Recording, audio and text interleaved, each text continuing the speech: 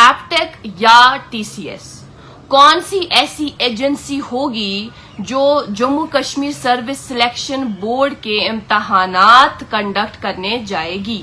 یہ ایک بہت بڑا سوال تو تھا کل تک، لیکن کسی حد تک لیفٹیننٹ گورنر منوج سنہا نے اس کا جواب ڈیجیٹل نیوز پورٹل کو دے دیا۔ تو اس حوالے سے ایسپائرنٹس کو اب تیار رہنے کی ضرورت ہے۔ اب سوال کس طرح کا آیا تھا وہ ذرا سنیے گا۔ ڈیجیٹل نیوز پورٹل نے ان سے بات کی تو یہ سوال کیا کہ آپ کے یہاں آپ کے ٹینیور میں Jammu Kashmir service selection board کی جو ریکروٹمنٹ ہے اس میں ٹرانسپیرنسی نظر نہیں آئی۔ تو جواب میں ایل جی نے کہا کہ یہ صحیح نہیں ہے۔ پچھلے 3 سالوں میں 3 ایئرز میں 29,000 یعنی 29,000 سے زائد جابز دی گئی ہیں نوجوانوں کو، اور ساتھ میں انہوں نے کہا ہے کہ یہ سب میرٹ بیسڈ ہی ہے کیونکہ میرٹ کسی کا لحاظ نہیں کرتی، اس طرح سے انہوں نے کہا۔ اور ساتھ میں پھر انہوں نے کہا کہ جے کے پی ایس آئی اور 2 ادر جو کہ انہوں نے نام نہیں لیے لیکن ہم جانتے ہیں کہ وہ کون سے امتحانات تھے، ایک تو وہ جے ای اور وہ ایف اے کا امتحان تھا جس حوالے سے ہم آئے دن پروٹیسٹ بھی دیکھتے تھے جس میں دھاندلی ہوئی۔ اور پھر ایل جی نے کہا جب ہمیں ہر جگہ پروٹیسٹ دیکھنے کو ملے کہ دھاندلی ہوئی ہے تو ہم نے ایک کمیٹی تشکیل دی تاکہ یہ پتا کر سکے کہ دھاندلی ہوئی ہے یا نہیں۔ تو کمیٹی نے بتایا ہاں کرپشن یہاں پر نظر آ رہا ہے، دھاندلی ہمیں یہاں نظر آ رہی ہے۔ تو اس کے بعد انہوں نے سی بی آئی کو کیس سونپا ہے۔ سی بی آئی نے اپنی طرف سے انویسٹیگیشن شروع کی اور انہوں نے بھی انویسٹیگیشن میں پایا کہ اس طرح سے ہمیں نظر آیا، دھاندلی نظر آئی اور کئی بڑے نام اس میں سامنے آئے جس میں کچھ اریسٹ بھی ہوئے۔ ہم یہ نہیں جانتے کہ کون کون اریسٹ ہوا، لیکن انہوں نے کہا، ایل جی نے کہا کہ کچھ اریسٹ بھی ہوئے اور پھر مزید کچھ لوگوں پر انویسٹیگیشن چل رہی تھی۔ تو پھر کہا کہ جو ایجنسی امتحانات کنڈکٹ کرتی تھی جے کے ایس ایس بی کے تھرو انہیں بلیک لسٹ کیا گیا۔ اور ایل جی منوج سنہا نے کہا ٹی سی ایس سے انہوں نے بات کی، یعنی ٹاٹا کنسلٹنسی سروسز سے انہوں نے بات کی، لیکن ٹاٹا کنسلٹنسی سروسز جو ایک ریکروٹنگ ایجنسی بھی ہے انہوں نے کہا ہے ان سے کہ ہم پر پیپر 600+ جی ایس ٹی چارج کریں گے جو کہ کافی زیادہ مہنگا تھا۔ تو انہوں نے یعنی ایل جی نے پھر ڈپارٹمنٹ آف فائنانس سے اس حوالے سے بات کی۔ ڈپارٹمنٹ آف فائنانس نے بھی یہی کہا ہے کہ کافی زیادہ مہنگا ہے اور اٹس ناٹ پاسبل۔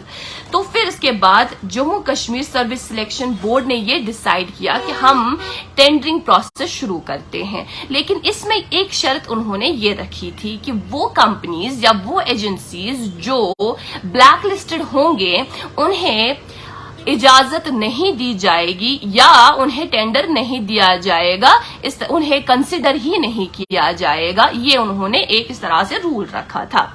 لیکن دیکھا تو 7-8 کمپنیز آئی تھی اور 7-8 کمپنیز جو ہے کہیں نہ کہیں کبھی نہ کبھی بلیک لسٹڈ تھے ہی تھے الگ الگ علاقوں میں۔ تو اس کے بعد ایل جی نے کہا کہ ہم نے کلاز کو چینج کیا، اور جب کلاز کو چینج کیا تو کچھ ہی کمپنیز اس میں بچی۔ کلاز کیا تھا چینج جو ہوا تھا وہ یہ تھا کہ 2-3 ایئر سے جو کمپنی بلیک لسٹڈ نہیں ہوں گی انہیں ہی کنسیڈر کیا جائے گا اور ممکن ہے انہیں ٹینڈر دیا جائے۔ تو جب ایسا دیکھا گیا تو اس میں سلیکٹ ہوئی ایک کمپنی، وہ تھی ایپٹیک کمپنی۔ ایپٹیک کو ٹینڈر ملا، لیکن ایسپائرنٹس جو آلریڈی بہت پریشان نظر آئے تھے، جنہوں نے آلریڈی اسکیم فیس کیا تھا، ان کے لیے تو بہت بڑی پرابلم تھی، کیونکہ انہوں نے جب ایپٹیک کا ریکارڈ چیک کیا تو انہوں نے پایا کہ مختلف علاقوں میں کسی نہ کسی وجہ سے جو یہ کمپنی ہے یہ بلیک لسٹڈ رہی ہے۔ انہوں نے یو پی کا بھی دیکھا، یو پی کا ریکارڈ چیک کیا اس کمپنی کا تو وہاں بھی بلیک لسٹڈ ہی ہے، اور انہوں نے کئی سارے ایسے علاقے چھانے تو وہاں ایپٹیک، اور لداخ میں بھی اس طرح کا ایک اسکیم سامنے آیا تھا۔ تو وہ مسئلہ لے کر کورٹ چلے گئے۔ کورٹ نے کہا کہ جے کے ایس ایس بی کی جانچ ہو، اس بورڈ پر ایسپائرنٹس کا بھروسہ ہی نہیں ہے۔ تو پھر Jammu Kashmir service selection board بھی کورٹ جاتی ہے اس حوالے سے، اور ڈبل بینچ سنوائی ہوتی ہے جہاں پر کورٹ ہی ڈائریکشن دیتی ہے کہ ایگزامز کنڈکٹ ہو یعنی کنٹینیو ہو، وہ کنٹینیو آپ کنڈکٹ کرائیں۔ پھر آگے پتا چلا کہ جو انویسٹیگیشن ہے اس حوالے سے وہ ڈیپر انویسٹیگیشن ہونی چاہیے. اس حوالے سے انہوں نے SSP امبالہ سے بھی بات کی ہے, ایپٹیک مینجمنٹ سے بھی بات کی ہے, سائبر ایکسپرٹس بھی وہاں موجود تھے. تو ایپٹیک مینجمنٹ کے ذریعے سے یہ بات سامنے آئی کہ ہاں جو ان کا ایپٹیک نیٹ ورک ہے اس میں 4-3 منٹ ایسے ہیں جو ایزیلی ایکسس ہو سکتے ہیں, یعنی کوئی ایکسس کر سکتا ہے اور اس میں 4-5 کویشچنز ہو وہ ممکن ہے. تو ایسے میں LG نے ان سے کہا ہے کہ سب سے پہلے وہ سافٹ ویئر کو اپ ڈیٹ کریں, اس کے بعد ان سے بات ہوگی. لیکن کئی سارے IT اسٹوڈنٹس جو غالباً دیکھ رہے ہوں گے اور ان کے ذہنوں میں کئی سارے سوالات ہوں گے, لیکن میں ان کے سوالات کا جواب نہیں دے سکتی کہ ایسا کیسے ممکن ہے. آئی ڈونٹ نو, کیونکہ میں کوئی IT ایکسپرٹ نہیں ہوں. اس حوالے سے معاملہ ابھی بھی کورٹ میں چل رہا ہے اور منڈے تک فیصلہ آئے گا, ایسا کہا گیا. منڈے تک ممکن ہے کہ اس حوالے سے فیصلہ آ جائے. لیکن آفیشلی جو ابھی خبر سامنے آئی ہے, جو معلوم ہے اس حوالے سے, وہ یہ کہ انڈین گورنمنٹ سے LG نے بات کی ہے اس حوالے سے اور کہا ہے کہ جو TCS ہے, ٹاٹا کنسلٹنسی سروس ہے, اگر وہ باقی علاقوں میں 300 پر پیپر چارج کرتی ہے تو ہمارے یہاں جموں کشمیر میں بھی 300 پر پیپر چارج کریں. شاید TCS کو ہی آنے والے دنوں میں یہ ٹینڈر دیا جائے اور شاید وہی ایک ایجنسی ایسی ہو جو یہاں امتحانات کنڈکٹ کرے. یہاں کے جو اسپائرنٹس ہیں کہیں نہ کہیں ان کے لیے راحت کی سانس ہوگی. اور یہ بھی کہا گیا کہ سپتمبر ماہ سے امتحانات منعقد ہوں گے, سپتمبر ماہ سے شروع ہوں گے. جو مختلف امتحانات ہے اس حوالے سے جو ایجنسی کنڈکٹ کرنے جائے گی, JKSSB بورڈ کنڈکٹ کرنے جائے گا. تو اس حوالے سے کہا گیا تیاری کریں. جو اسٹوڈنٹس یا اسپائرنٹس ہمیں دیکھ رہے ہیں اور چاہتے ہیں کہ آنے والے دنوں میں وہ اس امتحانات کے لیے اپیئر ہو. آپ نے دیکھا ہوگا کتنے پروٹیسٹ یا کتنے احتجاج یہاں پر درج ہوتے رہے. آج بھی جو فائر اینڈ ایمرجنسی سروسز ہیں ان کی طرف سے بھی یہاں پر آج بھی پروٹیسٹ درج ہوا. اور یہ کوئی اب نئی بات نہیں ہے کیونکہ وہ ان کا روز ہی آنا جانا رہتا ہے, وہ پریس انکلیو آتے رہتے ہیں. ان کی مانگ ہے کہ جب ہم نے امتحانات دیے تھے تب بھی دھاندلی ہوئی تھی, تب بھی اسکیم ہوا تھا.